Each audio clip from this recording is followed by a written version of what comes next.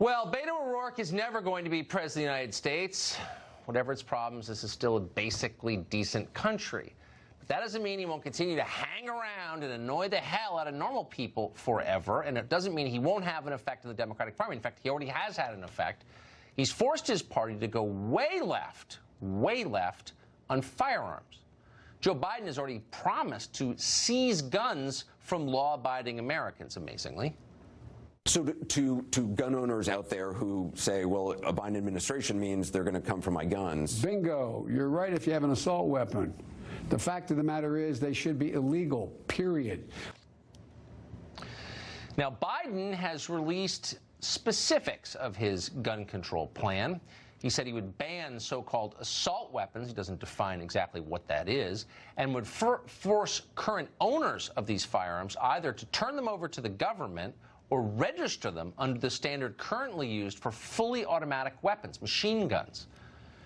That's not Biden's only idea, though. His plan also seeks to drive gun manufacturers out of business, making them liable when their guns are used in crimes, which is, of course, insane.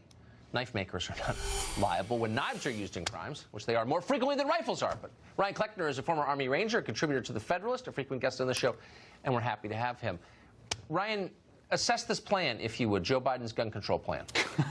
Do you have enough time, Tucker? You mentioned specific details, and he threw a dart at every possible rumor and gun control proposal he possibly could. It's hard to keep track of them all. I'm starting to think that the, hey, let's ban guns is the new, I'm going to rehab for scandal-ridden public figures. I mean, Weinstein did it, Trudeau did it, now Biden's doing it. There are tons of proposals. None of them are going to work and do anything to stop violent crime. And some of the three worst you already started to mention. They're going to make manufacturers liable.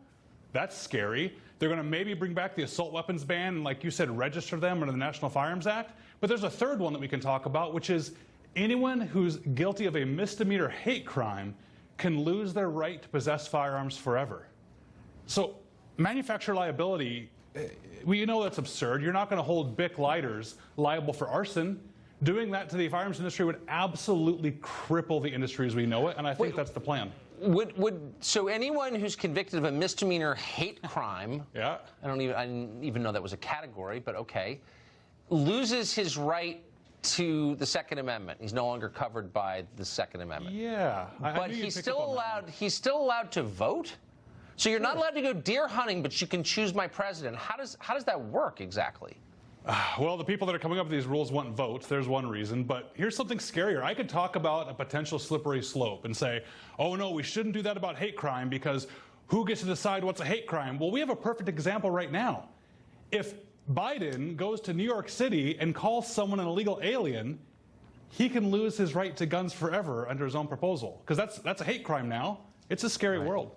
Well, his federally funded bodyguards would still be armed with high-capacity magazines. So I think, he's all set. And that's kind of the point, is the people making these rules have literally no intention of abiding by them at all. They would never give up their right to firearms because that would be scary. Exactly right.